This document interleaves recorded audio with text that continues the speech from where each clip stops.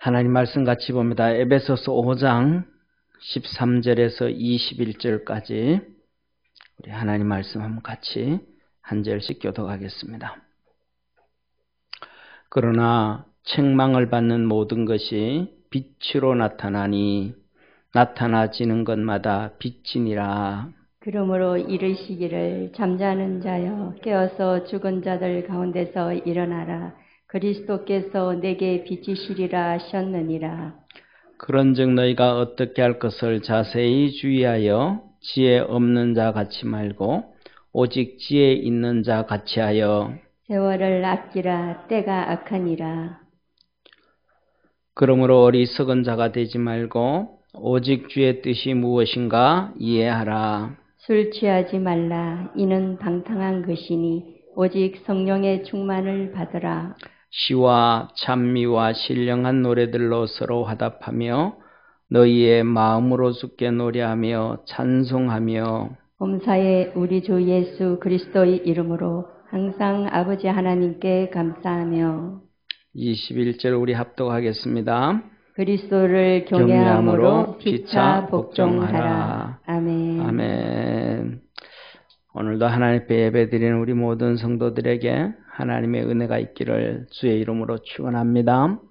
우리 옆에 있는 분하고 인사합시다. 오늘은 설교 제목처럼 성령의 지하라 그랬던 것처럼 오늘은 우리 옆에 있는 분하고 성령의 지혜서 삽시다. 인사합시다. 아멘. 오늘은 우리가 126주년 독립문 기공 기념주일 예배로 하나님 앞에 드립니다. 하나님께서 우리나라를 축복하시고 우리 성도들을 축복하셔서 하나님의 거룩한 역사를 이루시기를 축원합니다. 뿐만 아니라 오늘 또 말씀을 통해서 우리 성도들에게 하나님께서 주시는 이 은혜와 축복의 문이 열려지기를 소망합니다. 저 지난주에 하나님이 주신 말씀 너 성결하게 살아라 하신 말씀에 성결하게 살아라. 이거는 세 가지 육체가 성결해야 되고 환경이 성결해야 되고 우리의 신앙, 영이 성결해야 된다. 첫째로 거룩한 삶은 우리 환경의 거룩은 쉽게 말하면 성도들하고 잘 교제하고 살아라 이 말이에요. 성도들에게도 베풀어주고 나눠주고 품어주고 이렇게 믿음 안에서 살아라. 복음 전도자들 위해서도 그렇게 살아라. 그 다음에 두 번째는 거룩한 육체를 유지해라. 거룩한 육체는 성적인 부분이에요. 그래서 모든 죄는 몸 밖에 짓거니와 이 간음은 몸 안에 짓는 죄라. 그래서 너 몸을 거룩하게 해라. 그래서 누구든지 혼인을 귀하게 여겨서 이 육체의 타락을 막아라. 세 번째는 영적 거룩함을 얘기하는 거예요. 하나님 앞에서 영적 거룩함의 첫 번째가 뭐냐면 재물, 돈에 잡히지 말아라. 우리 그런 얘기 하잖아요. 목사님이 헌금 얘기만 하면 제일 좋겠어 그러잖아요. 그 영적으로 잡혀져 있는 거예요. 그게 돈에 잡혀져 있으면 하나님께 나아가지를 못한다. 돈의 자유로움이 있어야 된다. 그래서 이거는 돈귀신이다. 이 말 돈귀신. 그래서 하나님이 재물과 하나님을 겸하여 섬길 수가 없다. 이 돈은 영적 간음과 같아. 이 돈이 하나님 앞으로 나가는 구원을 얻고 복을 받는데 장애의 물이 되어진다. 우리가 그리스도 안에서 거룩하게 삽시다. 지난주에는 이 믿음의 결론이 뭐냐? 부활이라는 부활. 우리가 어떻게 부활할 것이냐? 천국 가는 것도 중요하지만 그 다음에 모든 것이 심판하고 부활할 때 어떤 존재로 부활할 것이냐? 요새 그런 얘기하죠. 금수저로 태어났니? 흙수저로 태어났니? 여러분은 뭘로 태어나고 싶으면 좋아요? 네. 다 금수저 물고 태어나기를 원하잖아요. 이 세상 짧은 삶을 살아도 금수저 되기를 원하는데 하나님이 우리에게 하는 너 금수저로 부활할래? 흙수저로 부활할래? 네가 좀 선택해봐라. 이거의 믿음의 결론이.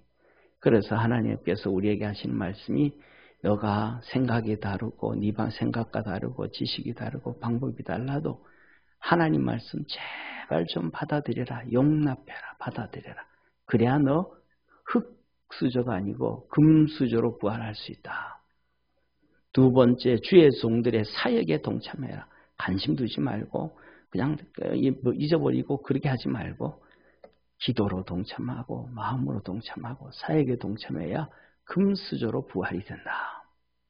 더 나아가서는 성도들하고 교제하고 하나가 되어져야 된다. 그 다음에 안수, 축복의 중요성 그렇게 쭉 얘기를 하고 믿음의 결론은 부활은 믿음의 결론이 부활이다. 그래서 히브리서 11장 그 옛날 사람들 구약에 있던 사람들까지도 전부 다 금수저의 부활, 좋은 부활을 위하여 돌에 맞아 죽기도 하고 톱에 켜이기도 하고 자기 재산을 다 버리고 유리방황하며 토굴에서 살기도 하면서도 가장 중요한 좋은 부활, 금수저의 부활을 꿈꿨다. 우리 모든 믿음의 성도들이 그렇게 살아갈 수 있는 우리 축복의 성도가 되기를 바랍니다. 자, 오늘은 126주년 독립문 기공 기념주일로 드리는데 독립문은 500년 동안 우리가 비참하게 살던 것을 하나님이 청산해주고 그 반대로 쉽게 말하면 하나님이 너에게 고구려 시대에 광개토 대왕처럼 그 축복의 문을 열어줄게. 이게 대한민국을 향한 하나님의 계획과 축복이었어요. 그런데 중요한 것은 뭐냐면 역사를 보는데 어떻게 볼 것이냐. 일반 학자들은 이렇게 말씀합니다. 역사는 이긴 자의 기록이다. 그래서 이긴 자의 관점에서 역사를 다 가르치고 교육하고 배워요. 그런데 중요한 게 그 후세가 진자들의 후손이다. 그들이 또 세상을 주관하고 있다 그러면 또 그 역사를 진자들의 중심을 해가지고 진자들이 얼마나 위대했고 얼마나 순결했고 이 관점으로 또 막 서술해요. 그래가지고 역사는 어느 관점에서 봐야 되는가? 저와 여러분 우리 믿음의 성도들은 이긴 자의 관점도 아니고 패자의 관점도 아니고 하나님의 관점에서 역사를 볼 수 있는 성도 되어지기를 축원합니다. 왜? 역사는 왜 하나님의 관점에서 봐야 되는가? 역사의 주관자는 하나님이신 거예요. 그래서 그 하나님이 이긴 자는 이기게 만들어놨고 진 자는 지게 만드는 거예요. 진 자에게도 하나님의 뜻이 있고 이긴 자에게도 하나님의 뜻이 있고 역사의 주관자, 세상의 주관자는 하나님이시기 때문에 하나님의 관점으로 봐야 돼. 그런데 오늘날에는 그 관점으로 보는 기독교인도 없고 기독교 목사도 없고 그렇게 얘기하는 사람도 없는 거예요. 오직 그냥 적 아니면 친구, 종북, 종중 아니면 반일 이 감정으로 전부 생각을 하는데 그 감정으로 보면 안 되고 하나님은 이 나라를 누구처럼 고구려의 광개토 대왕처럼 축복할 계획을 가져서 왜냐하면 하나님은 마지막에 온 세상에 주의 복음을 전하기 위해서는 마지막 남은 카드가 그 당시에 조선밖에 없었던 거예요. 이 대한민국밖에 없었던 거예요. 그냥 조선이라 안 하고 대한민국이라고 그렇게 편하게 대한민국밖에 없었던 거예요. 복음이 중국으로 들어왔어요. 망가져 버렸어요. 안 됐어요. 그 다음에 복음이 일본으로 들어왔어요. 또 안 돼서 망가져 버렸어요. 그래서 미국이 필리핀을 통해서 필리핀으로 복음이 또 들어왔어요. 또 안 돼서 또 망가져 버렸어요. 마지막 남은 카드가 전 세계 복음을 전하기 위해서는 마지막 남은 카드가 이 한반도밖에 없었어요. 그래서 이 한반도에 하나님은 축복해 주시기 위하여 1차 계획을 세워요. 그 1차 계획이 뭐냐면 영국을 통한 조선의 축복이에요. 조선이 500년 동안 중국의 식민지로 있는데 중국 이상으로 제국이 되도록, 어마어마한 제국이 되도록 계획을 하신 거예요. 누구를 통해서? 연국을 통해서. 그래서 1866년 고종 3년에 하나님께서 복음을 주셔요. 이 셔먼호를 통해서 토마스 선교사가 성경책을 잔뜩 싣고 복음을 전하러 저 북한 대동강 있죠? 대동강에 셔먼호를 타고 들어왔어요. 하나님 복을 주시려고. 그런데 그 복을 주시려고 했는데 이거에게 그림을 그려놓은 거예요. 이 저 셔먼호를 타고 왔는데 제 사진인데 저게 불랑도예요. 불 찔러버리고 그 앞에 그 시커먼 옷 입고 있는 사람이 토마스 선교사예요. 이 토마스 선교사를 칼로 목베 죽여버린 거예요. 이때에 자, 저를 잘 보세요. 이때에 1866년 이때에 전 세계는 대영 제국이 관리하고 있어요. 영국을 대영 제국이라고 했어요. 해가 지지 않는 나라. 그래서 하나님은 이 영국을 통해서 대한민국을 축복하려고 그랬던 거예요. 왜냐하면 이때는 미국이 힘도 하나도 없었어요. 미국은 1866년도 미국이 힘이 하나도 없어요. 왜? 1861년부터 1865년까지 미국은 남북 전쟁이 일어나가지고 자기 나라도 정신없어. 세계에는 관심이 없어. 그러니까 미국은 힘이 하나도 없는 나라예요. 영국이 전 세계 힘을 가지고 있는 나라예요. 그런데 이 영국이 그 당시에 기독교인들의 사상은 어떤 사상이냐면 유럽의 사상은 그 당시에 선진의 유럽의 사상은 마지막 시대에 그때도 마지막이라 그랬어요. 마지막 시대에 아마겟돈 전쟁, 곡과 마곡의 전쟁 이해하시죠? 그죠? 성경에 나오는 그 곡과 마곡의 전쟁, 아마겟돈 전쟁의 주범은 저 러시아다고 한 거예요. 그래서 이 유럽과 러시아는 척을 지고 있었던 거예요. 그래서 절대로 이 러시아가 남아 밑으로 내려오지 못하도록 부동항, 그러니까 12달 동안 항구가 얼지 않는 항구를 저 러시아한테 제공하면 안 된다. 그들이 배 타고 내려오면 막을 길이 없다.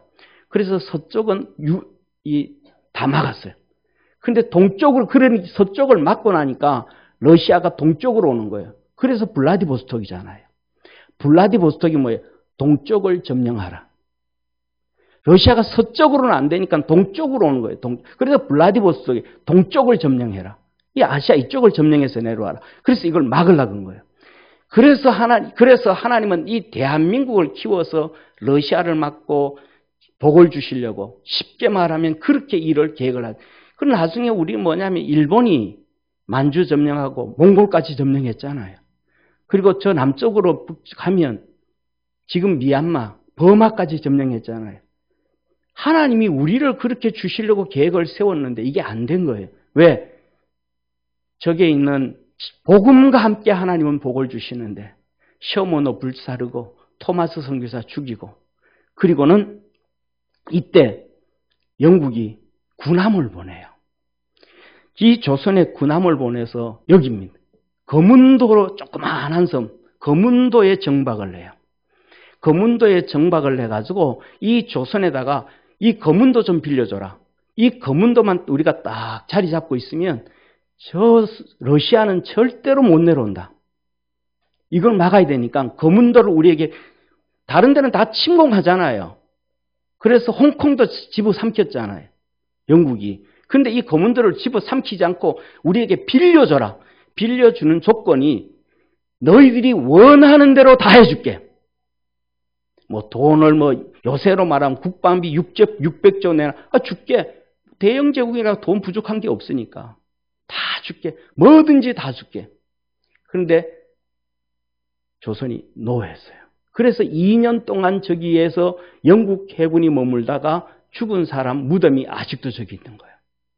9명. 2년 동안 영국 해군이 저기 있으면서 자연사에서 죽어서. 그대로. 이 하나님께서 이 첫 번째 이렇게 했더라면 지금 우리나라는 남북한 갈라지도 안 하고 우리나라 왜 저걸 할 수 있었냐 하면 연해주에 지금은 블라디보스톡이잖아요. 70만 고려인들이 있었고 만주로 전부 다 고려인들이 다 있었기 때문에 얼마든지 남아 할 수 있는 일들을 할 수 있었다 이 말이에요. 근데 이것을 하나님의 축복을 발로 차버린 거예요. 선교차 발로 차버리고 제너럴 쇼먼호 불태워버리고 검은도 빌려달라고 하는 거 발로 차버리고 그래서 하나님은 이 축복을 너희들이 차버려서 두 번째 2차 계획을 세우는 거예요. 2차 계획을 통하여 하나님께서 축복을 내주시는데 그 2차 계획은 이제는 미국이 전쟁 끝났고 그 힘을 응집해서 바깥으로 돌출하는 거예요. 그래서 1882년에 우리나라에 와서 조미 조약을 맺어요. 조선과 미국 조약을 맺어요. 이 조미 수교를 하는데 우리나라 역사학자들은 전부 다 종중이래 가지고 침중도 아니고 종중이래 가지고 이때 우리나라가 뭐냐면 막 굴욕적인 외교를 당했다 그러잖아요. 그런데 미일 수교를 맺으면 우리보다 10배는 더 미국이 일본과 수교를 할 때는 진짜 무릎 꿇혀놓고 수교를 했어요. 박살을 내면서 수교했어요. 그런데 우리나라는 수교를 할 때는 1대1로 수교를 하는 거예요. 너들도 자유 독립국가야. 너들 자유 독립국가야 얘기하면 조선 우리는 아닙니다. 중국의 청나라의 식민지입니다. 이거 이렇게 하자. 그것도 청나라한테 물어보시죠. 이거 만들자. 조약하자. 청나라한테 물어보시죠. 이렇게 만든 것이 조미수교예요. 이거는 싹 빼버리고 미국이 압력 넣어서 이렇게 했다. 가짜를 가르치는 거예요. 82년도에 미국을 통해서 다시 하나님은 축복을 해주시는데 이때만 받아들였어도 우리나라는 최소한 만주까지 간도까지는 우리 땅이 되고 남북이 안 갈라졌을 거예요. 그런데 미국 발을 차버린 거예요. 또 그래서 우리는 민비라 명성황후 고종 얘기 나라 팔아먹은 놈들이거든요. 저는 절대로 명성황후라고 하지 않습니다. 왕후 자격이 없는 인간이에요. 민비라고 합니다. 민비. 그가 일본을 끄집어들였습니다. 동학혁명을 통해서 일본을 끄집어들여서 동학혁명을 잠재웠어요. 민비가.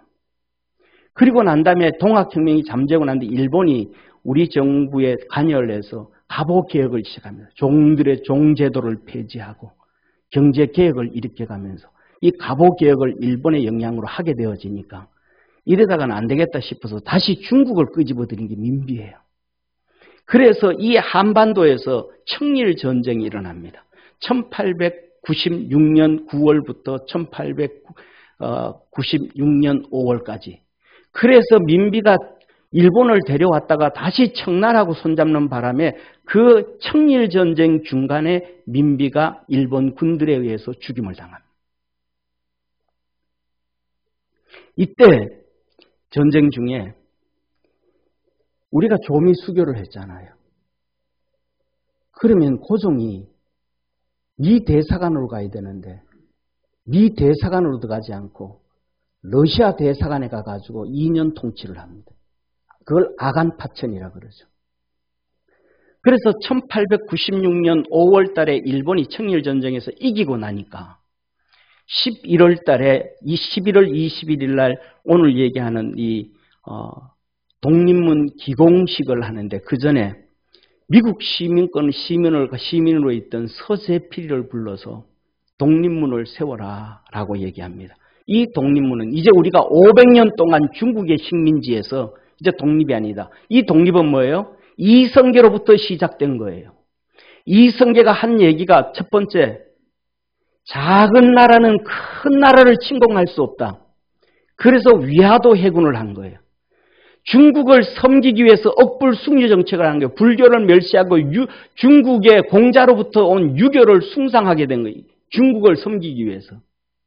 예를 갖추기 위해서.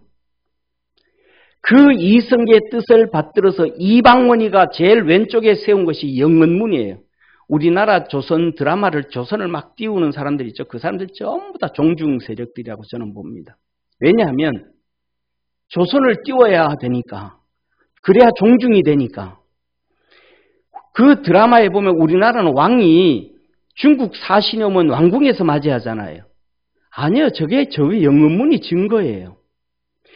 중국에서 사신이 오면 왕이 저 영은문까지 가서 중국 사신을 맞이하는 거예요.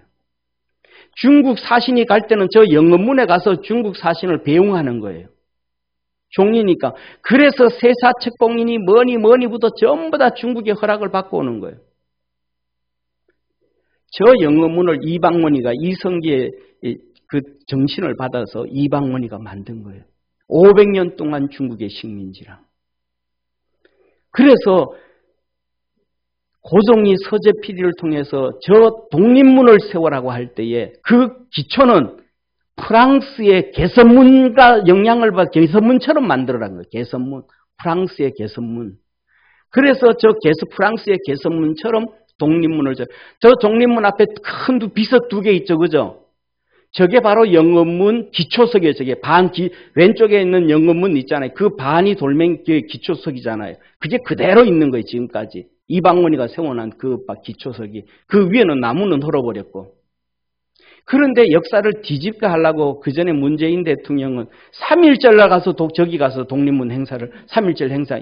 이건 아니 일본하고는 상관도 없는 것이 독립문이고 중국의 종소리 했던 게 저거였단 말이에요. 이때 1896년 11월 21일 독립문 기초석을 세울 때에 배제학당 학생들이 그 기공식에서 찬송을 합니다.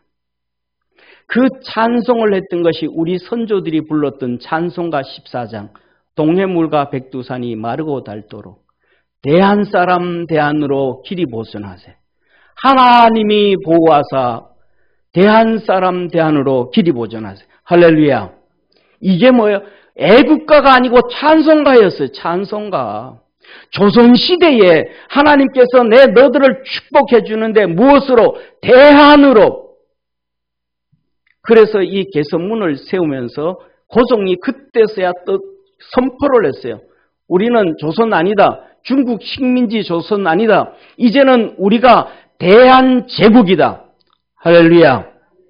그런데 오늘날 대한제국에 대해서 얘기하는 사람 하나도 없어요. 그 전나라 조선만 계속 KBS, MBC, 그다음에 CBS 무슨 전부 다 조선을 띄워야 종중이 되기 때문에 그랬습니다. 오늘날 똑같잖아요. 오늘도 정치하는 사람들이 중국은 큰 말이요. 우리는 그 엉덩이에 붙은 팔이요.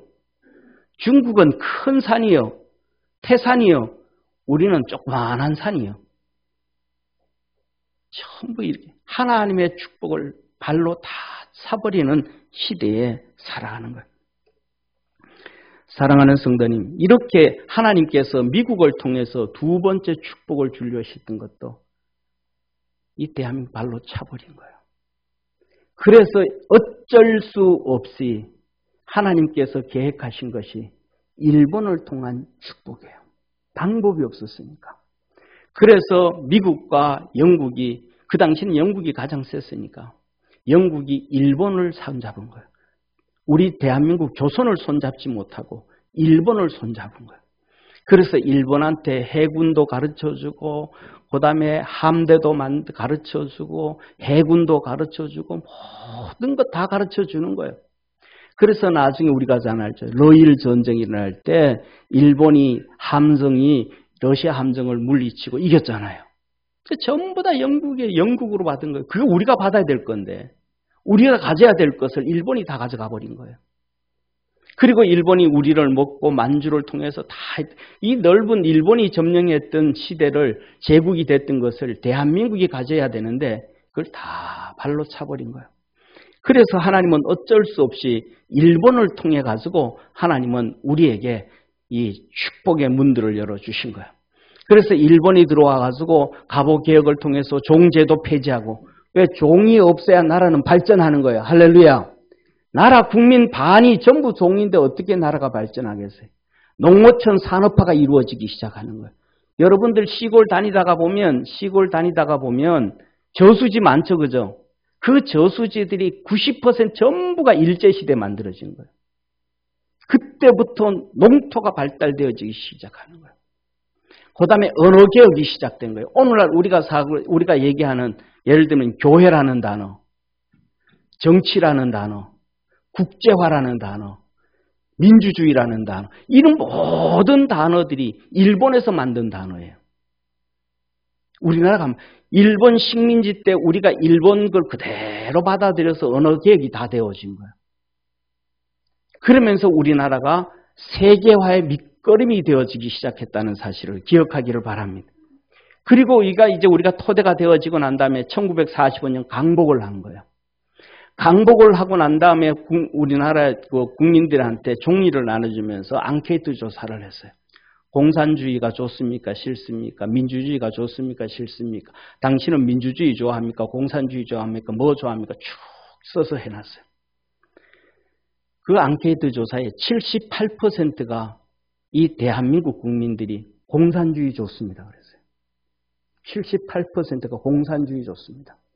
이것을 보고 난 다음에 이승만 대통령이 탄식을 한 거예요. 이거는 망하는 길인데 1910년도에 당부당을 하면서 공산주의는 망하는 길이고 하나님을 대적하는 거라고 썼는데, 그래서 이승만 대통령이 전국 방방곡곡을 돌아다니면서 국민들에게 호소했어요. 한마디, 공산주의는 안 됩니다. 공산주의는 안 됩니다. 공산주의는 안 됩니다. 이게 뭐예요? 하나님의 말씀이었어요. 할렐루야. 사랑하는 성도님, 성도들이 하나님 말씀, 성경만 하나님 아니에요. 역사를 주관하시는 하나님, 시대마다 주시는 하나님의 음성과 말씀이 달라요. 저와 여러분에게 주시는 하나님의 음성과 말씀이 달라요. 그 하나님의 말씀을 들을 줄 아는 자 되어지기를 주의 이름으로 축원합니다. 그래서 이승만 대통령이 공산주의는 안 됩니다. 공산주의는 안 됩니다 할 때 78%의 국민들이 이승만 대통령의 얘기를 듣고 이승만 대통령에게 도장을 찍어준 거예요. 박헌영이 향해서 도장 찍어준 게 아니고 이승만 대통령에게 도장을 찍어준 거예요. 그런데 북한에 있던 사람들은 공산주의 좋습니다. 김일성이 좋습니다. 김일성이 다 도장 찍어준 거예요. 그 앞장을 섰던 사람이 위대한 기독교 부흥 목사 김익두 목사님까지. 나중에 어떻게 됐어요? 김일성이한테 간도해서 죽임을 당합니다. 그래서 이 대한민국을 2차 세계대전 이후에 그 전에 제국주의가 아닌 나라였던 나라가 GDP 3만 불이 된 나라는 유일하게 대한민국밖에 없는 거예요. 축복하신 하나님께 영광의 박수 한번 돌립시다. 이게 하나님이 우리나라를 향한 계획이고 축복인 거예요. 첫 번째, 그래서 하나님께서 그 일을 하셨기 때문에 6.25 사변 때 북한을 물리칠 수 있었고 2년 반, 3년 전쟁 동안 6개월은 북한을 물리쳤고 2년 반 동안은 중공을 물리쳤단 말이에요. 그 힘이 공산주의는 안 됩니다. 이 하나가 하나님이 우리를 살려주신 거예요. 축복해 주신 거예요. 사랑하는 성도님, 우리 사랑하는 모든 믿음의 성도들, 우리 여러분들에게 주시는, 시대에 주시는 말씀, 그때 주시는 말씀, 그 상황에 주시는 말씀을 듣고 하나님의 복을 받을 줄 아는 축복의 성도가 되기를 주의 이름으로 축원합니다. 사랑하는 성도님, 한 가지만 예를 들어보겠습니다. 우리가 살아가는데 어떨 때 보면 암이 걸립니다. 암에 대한 매뉴얼이 다 있어요. 쉽게 말하면 이런 거 이렇게 하고 이런 거 먹지 말고 이런 거 먹지 말고. 그거는 건강할 때 필요해요? 안 필요해요? 별로 필요하지 않아요. 그런데 암이 발견될 때가 언제 발견됐는가? 초창기 1기 때 발견됐는가? 아니면 다 퍼진 다음에 마지막에 발견됐는가에 따라서 처방이 달라지잖아요. 하나님이 우리가 살아가는 그 많은 시간에 1기냐 2기냐 3기냐 그때처럼 매 순간순간마다 그때마다 하나님이 내게 주시는 음성을 들을 줄 알고 깨달을 줄 알고 거기에 복을 받을 줄 아는 축복의 성도가 되기를 축원합니다. 1866년도를 통해서 조선을 통하여서 제국을 만들어서 복음을 전하려고 했던 하나님의 얘기 우리가 반대함으로 무산되어져 버렸습니다. 20년 후에 1882년에 미국을 통해서 축복하시고자 하는 계획도 무너져 버렸습니다. 어쩔 수 없이 일본을 통해서 축복해 주셨고, 그래서 저는 그 전에 일본 아주 싫어했습니다. 일본은 그들은 통째로 동해 안에 빠져 죽어야 되고, 일본은 통째로 그냥 지옥불에 가야 된다고 해가지고 생각을 해서 일본 선교하러 간다 그러면 배신자 이런 생각 들었습니다. 근데 하나님의 계획을 알고 난 다음에는 일본 안 미워합니다. 일본을 미워하는 게 아니고 오히려 중국을 미워합니다. 하나님의 계획을 반대하니까. 대한민국의 피를 다 빨아먹으니까. 사랑하는 성도님, 여러분 하나님의 뜻을 여러분에게 주시는 말씀을 그때그때 잘 듣고 하나님의 복을 발로 차지 않는 자 되기를 바랍니다.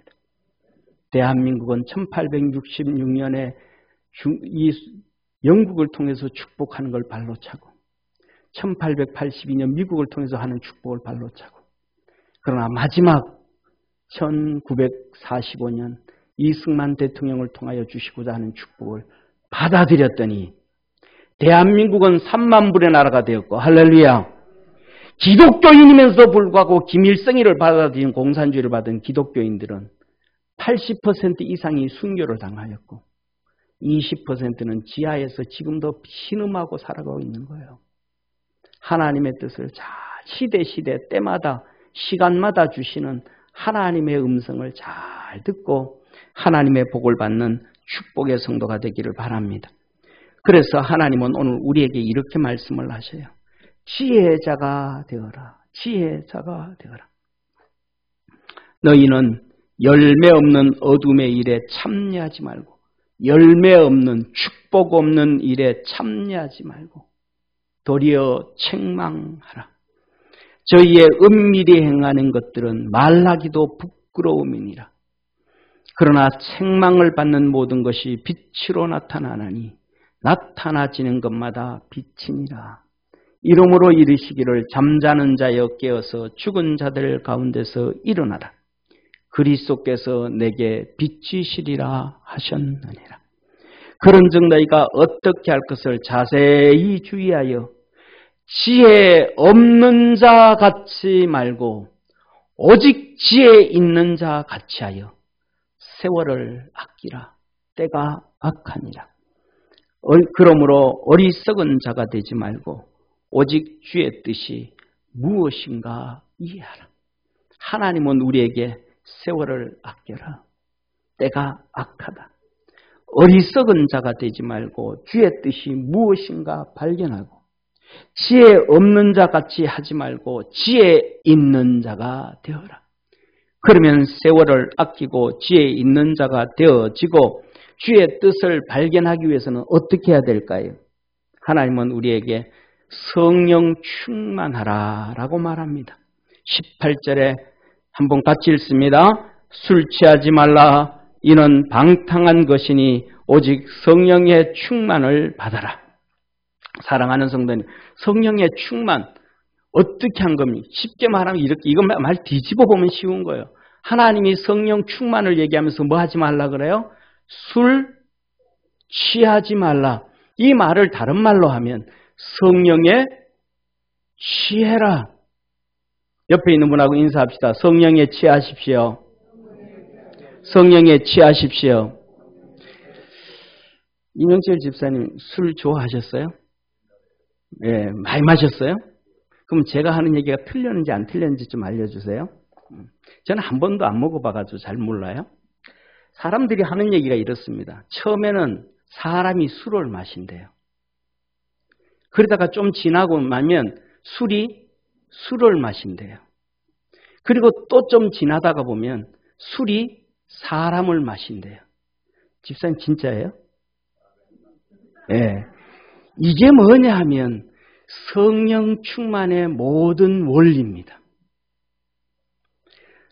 저는 텔레비를 거의 잘 안 보거든요. 보면 가끔 축구나 이렇게 보고 거의 잘 안 보는데 이번에 사모가 50일 집을 비웠잖아요.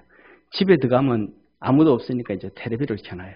텔레비를 켜면 항상 이 음악 방송이 있어요. 클래식 방송이 있어요. 3개, 4개가 이렇게 합쳐져 있어요. 그럼 그걸 항상 틀어놔요. 근데 저는 음악 중에서도 막 몇십 명, 몇백 명이 오케스트라가 이렇게 하는 거는 좀 별로 그렇게 기가 둔해가지고 그렇게 많이 좋아하지는 않아요. 좀 작은 이렇게 10명 안쪽으로 이렇게 한 서너 명 하고 하는 이 심포니를 더 좋아하고 그것보다는 그냥 독주회를 도주합니다. 바이올린 혼자 독주하는 것, 첼로 혼자 독주하는 것, 피아노 혼자 독주하는 것, 이런 걸 도주하는데 이 사람들의 특징을 잘 보면 멋있는 걸 발견해요. 처음에는 이 사람들이 이 한 곡을 연주하기 위해서 곡을 보고 연주합니다. 곡을 배웁니다. 하나씩 배우고 그 다음에 외웁니다. 그리고 사람이 곡을 연주합니다. 그런데 어느 순간 어느 정도 경지에 이르고 나면 곡을 연주합니다. 이 곡을 만든 사람에게 이 곡을 만든 사람의 그 감정, 그때의 상황, 그때의 문화, 그걸 모르는데도 그 안 관점에 들어가서 이 곡을 만든 사람의 의향을 정말로 잘 표현을 합니다. 그런데 그 다음에 더 들어가게 되면 무아지경에 들어가. 그런 이런 얘기, 신들렸다 이런 얘기 하잖아요. 그 곡과는 상관없이 곡이 연주자를 연주합니다. 그래서 그 곡이 새로운 곡으로 탄생되어져 버립니다. 새로운 곡으로 만들어져 버려요. 우리의 성령 충만이 성령의 취하라는 것이 바로 그 얘기입니다. 처음에는 우리가 기도를 해요. 그런데 한참 기도하다가 보면 기도가 나를 끌고 갑니다. 그러다가 더 좀 지나가 나면 성령에 충만해지게 되면 내가 생각지도 못했던 기도가 나오기 시작하고 나는 회개할 것이 없는데 내가 막 울고 있습니다. 하나님 죄송해요. 뭐가 그럼? 그냥 죄송해요. 나 그냥 죄인입니다. 펑펑 울기 시작합니다. 그렇게 성령에 이끌려 기도하다가 보면 시간 가는 줄 모르고 기도합니다. 그렇게 찬송하다가 보면 시간 가는 줄 모르고 찬송이 찬송을 나를 잡습니다. 작곡가가 찬송한 그 곡과는 상관없이 내가 성령이 나를 찬송하게 만들고 이끌어가게 합니다. 나 이제 빨리 누구와 약속 시간이 있어서 기도 끝내고 찬송 끝내고 시간 집 나가야 되는데 이 기도를 끝내주지를 않습니다. 성령께서. 찬송을 끝내게 하지를 않습니다. 성령에 취하고 성령에 잡혀서. 사랑하는 성도님, 제 간증을 하면 저는 신학교를 들어가면서부터 주님 앞에 제 마음의 결단이 나는 내 인생은 내 것이 아니고 주님 거요. 나는 내 것이 아니라 주님 거라고 그냥 못 박았었습니다. 그게 자연스러웠습니다. 신학교 1학년 때 친구들이 이렇게 미팅을 막 가요. 그러면 도저히 이해가 안 됐어요. 왜 저 짓을 왜 할까? 주님 위해서 시간을 준비를 해도 부족한데 왜 저 짓을 할까?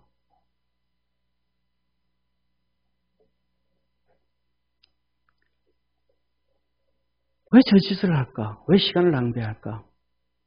저는 신학교 다니면서 공휴일이 없었습니다. 쉬는 날이 없었습니다. 국가 공휴일 날도 도서관에 가 있든지 기도원에 가 있든지 그래서 제 일주일은 화요일 저녁에는 삼각산 민족재단 기도하는 데입니다. 수요일 날은 저녁에 도서관에 가 있는 날이고 목요일은 삼각산 사자바위에 앉아 있는 시간이고 금요일은 교회 가서 철야하는 시간이고 토요일 오전은 교회 옆에서 전도하는 시간이고 오후에는 주일 준비하는 시간이고 주일 예배 드리고 월요일 새벽에는 새벽 예배 드리고 첫 버스 타고 학교 오는 시간이었습니다. 주님 앞에 매여서 살았습니다. 그렇게 살았더니 나는 생각지도 않고 기도 한 번도 안 했는데 내 신장 망가진 것을 주님은 치료해 주었습니다. 어떤 분은 어떤 것 가지고 1년 내내 기도도 안 된다 그러는데 기도 안 해도 왜? 로마서 8장 말씀이 정말로 그랬습니다. 우리 속에 계신 성령님은 하나님이나 우리를 다 감찰하셔서 우리의 연약함을 친히 간구하시나니 그게 아멘. 아멘. 내 약함을 다 아시더라는 거예요. 근데 예배 시간에 취해 있었더니 예배에 취해 있었더니 설교에 취해 있었더니 주의 음성이 네 병 내 치료했다. 치료되어져 버리는 거예요. 우리 남자들은 다 알 겁니다. 신체 검사를 하러 갔는데 몇백 명이 초등학교에 모여서 검사를 해요. 그런데 제가 현역이었습니다. 그런데 다 끝나고 난 다음에 누구 불러요. 마지막에 몇 명 이렇게. 당신은 이렇게 방위가 됐다. 당기병 방위가 됐다고 이렇게. 그때 제가 군대 갈 때는 군 28개월이었습니다. 28개월. 그리고 방위는 18개월이었습니다. 1년이 얼마나 차이가. 그래서 그 사람들을 보면서 제가 그때 그랬습니다. 속으로 이게 주님 속으로 주님 나도 방위 만들어 줬더라면 1년 동안 주님께 열심히 충성을 다했을 텐데.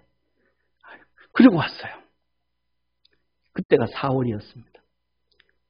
12월에 4학년 12월에 저희 어머니가 여기 있는데 저한테 전화를 했어요. 기숙사로. 대구 병무청에서 엽서가 왔으니까 가져가 봐라 그래요. 그래서 나중에 가져봤더니 대구 병무청에서 무슨 엽서는 당신은 선천성 비굴절증이므로 당기병이 되었음을 축하합니다. 이게 뭐예요? 선천성 비굴절증이라서 태어나면서도 코뼈가 휘었대요. 이거는 한국 사람 90%입니다. 그래서 당기병이 됐대. 병무청에 약 쓴 거 하나도 없어요. 그냥 제가 했던 얘기예요. 주님은 들으셔도 어떻게 해결한지 모르고. 그래서 제가 6번에서 18개월 잘 지내다 나왔잖아요. 사랑하는 성도님, 저는 여기에 저희 어머니 신우자 집사님이 계시지만 유학 갈 준비 능력 있는 집이 아니었습니다. 나도 갔으면 좋겠다. 마음만 있었습니다. 마음만 있으니까 준비는 안 하죠. 그냥 그랬습니다. 열심히만 공부를 하고.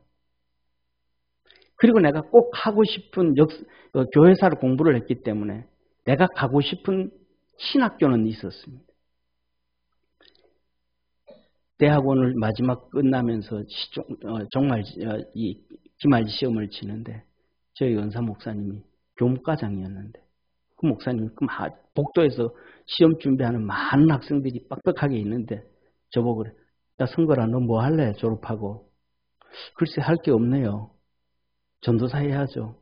끝나고 나면 강도사 시험 봐야죠. 그랬더니 강도사는 그 전에 합격했고 그랬더니 그분이 너 유학 갈 생각 없냐? 길이 없네요 목사님. 너 주소 줘. 그랬더니 본인이 나온 학교에다가 전화해서 본인이 I-20B 돼가면서 12월 24일을 제가 받게 해줬습니다.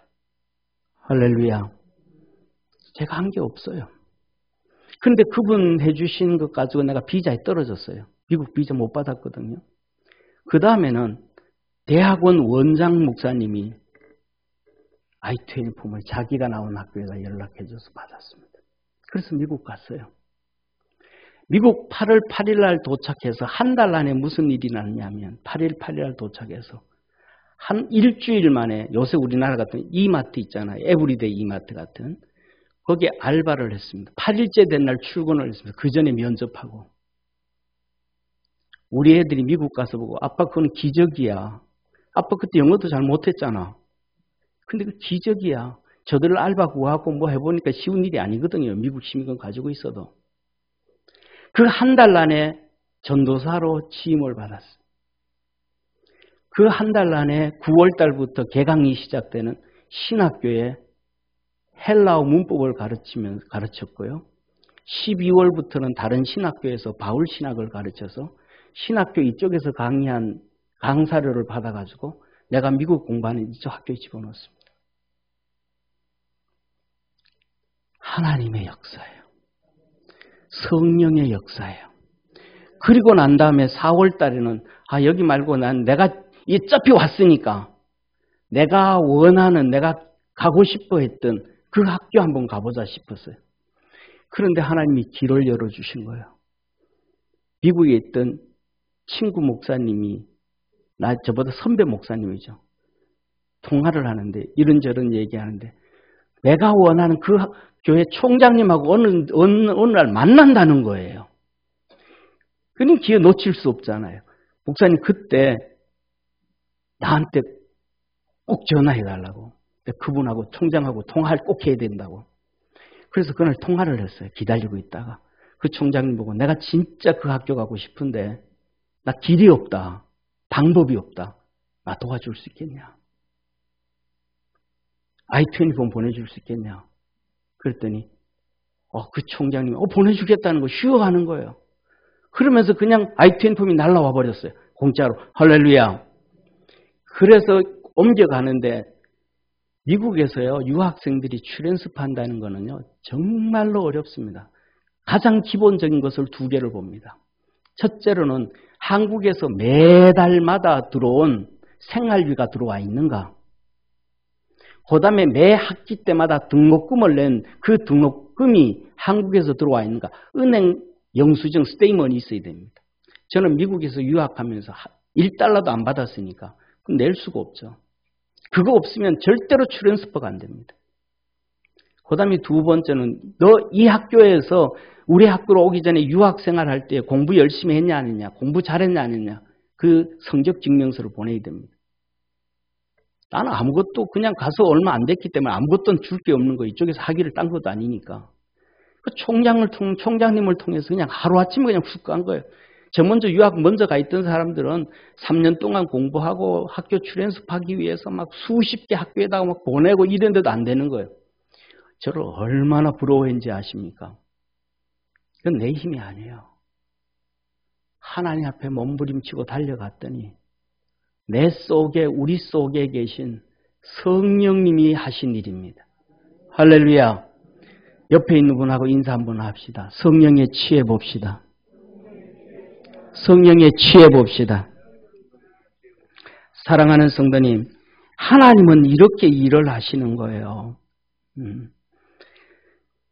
우리 교회에 대해서 한 가지만 말씀드릴게요. 여러분, 이명철 집사님, 땅도 많고 집도 많았잖아요. 지금도 많을 거예요, 아마요. 남한테 팔 때 돈 한 푼도 안 받고 명의 이전해 주신 적 있어요? 해 주실 거예요, 앞으로요? 왜 안 해줘요? 왜 안 해주셔요? 해줄 수 없죠. 그런데요, 우리 3층 교육관 2개 살 때요, 3층 교육관 수학학원 원장님이요, 돈 안 받고 우리한테 명의 변경해 준 거예요. 그래서 그거 대출 받고 우리 성도들이 같이 돈 내고 해가지고 헌금하고 해가지고 샀습니다. 돈 안 받고 먼저 명의 변경해 주고. 기독교인 아니에요. 불교 신자예요. 누가 하셨어요? 주님이 하신 거예요. 할렐루야. 그 소리를 듣더니 사람들이 뭐라 그래요? 친구 목사들이, 주위 목사들이, 목사님 그 기적의 기적. 그런 일이 없어요. 우리 여기 지금 예배드리는 본당이 29개의 점포에 22명의 주인이었습니다. 이걸 다 살 수 있었던 것은 기적이라고 합니다. 누가 하시는 거예요? 주님이 하시는 거예요. 이거 점포 살 때 저 앞에 여기 똑같아 강대상에 앉아서 참 기도를 했어요. 하나님 어떻게 하면 되겠습니까? 주님이 방법을 알려주시더라고요. 첫째, 부동산 업자를 찾고, 2번째는 법무사를 찾아라. 그리고 3번째로는 보통 일반적으로 사람들이 작든 크든 부동산을 사고 팔 때는 계약금 주고 중도금 주고 그 다음에 이렇게 하고 하는데 절대로 그렇게 하지 말아라. 한 방에 해결해라. 옆에 있는 분하고 한 방에 해결해라. 그래서 부동산 업자가 주인을 만나가지고 팔 의향이 있냐? 그러면 할루양이 조금만 있어도 날짜를 잡아라. 그러면 그분이 부동산인데 어떤 때는 12시에 그 가정집에 가서 12시에 밤 12시에 가정집에 가가지고 두 분이 얘기를 해. 이렇게 얘기를 하는데 얼마면 되겠습니까? 5천만 원이 뭐 3천만 원, 몇천만 원이 얘기를 해. 평수가 작으니까 5, 6평 되니까. 그러면 중간에 제가 그러면 얼마야 합시다. 그리고 그 자리에서 돈을 준비 다 해가지고 있다가 턱 내요. 하나님이 기가 막힌 사실은 그때 헌금을 모을 때 5천만 원이 되든 7천이 되든 얼마가 되든 그거 모여지면 연결이 돼야 하는 집이. 그리고 그걸 다 찾아가요. 1,000만 원짜리 몇 개, 100만 원짜리 몇 개, 10만 원짜리 몇 개, 수표를 따로 다 모아요. 얼마에 결정될지 모르니까. 그리고 가가지고 그 자리에서 한 방에 탁 열려내리고 법무사 주소 주면서 일로 서류 보내세요. 끝. 하나님이 일들을 다 하시더라고요. 저는 우리 믿음의 성도들 여러분의 삶을 하나님께서 개입하셔서 일해 주시기를 주의 이름으로 축원합니다. 하나님의 음성을 듣고 이끌림 받을 수 있는 성도 되기를 축원합니다. 사랑하는 성도님, 주님은 이렇게 말씀을 합니다. 시와 찬미와 신령한 노래로 서로 화답하며 너희의 마음으로 주께 노래하며 찬송하며 뭐라는 거예요? 찬송에 취해봐라. 처음에는 내가 찬송을 부르다가 나중에는 찬송이 찬송을 부르게 하다가 나중에는 찬송이 나를 부르게 하는 찬송에 빠져보거라. 감사에 취해보거라. 범사에 우리 주 예수 그리스도의 이름으로 항상 아버지 하나님께 감사하며 감사를 해도 하나님 죄인이라고 고백되어지고 예물을 드려도 그렇게 되어지고 기도에 예배에 한번 깊이 빠져보거라. 예배에 빠지셨더니 하나님께서 제 병을 치료해 주시더라는 것이었습니다. 오늘날도 제가 목사님들의 설교를 듣는데요. 그 설교에 빠져보면요. 설교를 빠지다가 보면 아멘만 나오는 것이 아니라 설교를 들으면서 기도가 나옵니다. 그 기도 중에 하나님의 음성이 들려요. 예배에 빠지고 찬송에 빠지고 기도에 빠지고 하나님 앞에서 섬김에 빠지고 하나님 앞에 엎드려 보시기를 바랍니다. 눈물을 흘려도 감사밖에 없는 그 성령에 빠지고 기도에 빠지는 우리 믿음의 성도가 되어지기를 주의 이름으로 축원합니다. 사랑하는 성도님, 한번 이렇게 하고 난 다음에 우리가 신앙생활을 해야 되지 않겠습니까? 한 번쯤은 이렇게 성령 충만에 성령에 취해봐야 되지 않겠습니까? 찬송에 취해봐야 되지 않겠습니까? 기도에 취해봐야 되지 않겠습니까? 예배에 취해봐야 되지 않겠습니까? 설교에 취해봐야 되지 않겠습니까? 이렇게 한번 취해보고 주님 앞에 서봐야 되지 않겠습니까? 맨날 맹맹하게 있다가 마지막 주님 앞에 서서 뭐라고 하시겠습니까? 이렇게 한번 성령에 취해보고 많은 사람들, 성도들 앞에, 세상 사람들 앞에, 이웃들 앞에, 내 자녀들 앞에 신앙생활은 이런 거야 라고 얘기해봐야 되지 않겠습니까? 이렇게 한번 취해보고 난 다음에 주님이 살아 계신다, 안 계신다 얘기해봐야 되지 않겠습니까? 이런 것도 없이 그냥 있다가 세월 지난 다음 주님 앞에 섰을 때 우리 주님 앞에 뭐라고 말해야 되겠습니까? 사랑하는 성도님, 이것이 세월을 아끼는 것입니다. 사도 바울은 이렇게 말을 합니다. 무익 하나만 내가 부득불 자랑하노니 주의 환상과 계시를 말하리라. 내가 그리스도 안에 있는 한 사람을 아노니 14년 전에 그가 셋째 하늘에 끌려간 자라. 그가 몸 안에 있었는지 몸 밖에 있었는지 나는 모르거니와 하나님은 아시느니라. 이것이 성령에 취한 것 아니겠습니까? 이것이 기도에 취해서 본 환상 아니겠습니까? 기도에 취하여서 주님 앞에 이끌림 받아간 것 아니겠습니까? 사랑하는 성도님, 여러분 능력 있는 삶을 살아가고 싶습니까? 성령에 취해 보십시오. 기도에 취해 보십시오. 찬송에 취해 보십시오. 예배에 취해 보십시오. 감사에 취해 보십시오. 우리는 그리스도 안에서 새로운 피조물이라 그랬는데 이것이 바로 새로운 피조물 아니면 무엇이겠습니까? 주님은 우리에게 이렇게 말합니다. 사도 바울이 말하기를 내가 영으로 기도하고 또 마음으로 기도하며 내가 영으로 찬미하고 또 마음으로 찬미하리라. 고린도전서 4장 20절에 하나님의 나라는 말에 있지 아니하고 오직 능력에 있습니다. 우리가 성령에 취하고 기도에 취하고 찬송에 취하고 감사에 취하고 예배에 취하고 설교에 취해서 능력 있는 삶을 살다 주 앞에 서야 되지 않겠습니까? 능력 있는 삶을 살아가는 모습을 우리 자녀들에게 보여주고 난 다음에 아버지 앞에 가야 되지 않겠습니까? 우리 사랑하는 모든 믿음의 성도들, 성령에 취하는 축복의 성도가 되기를 주의 이름으로 축원합니다. 기도드리겠습니다.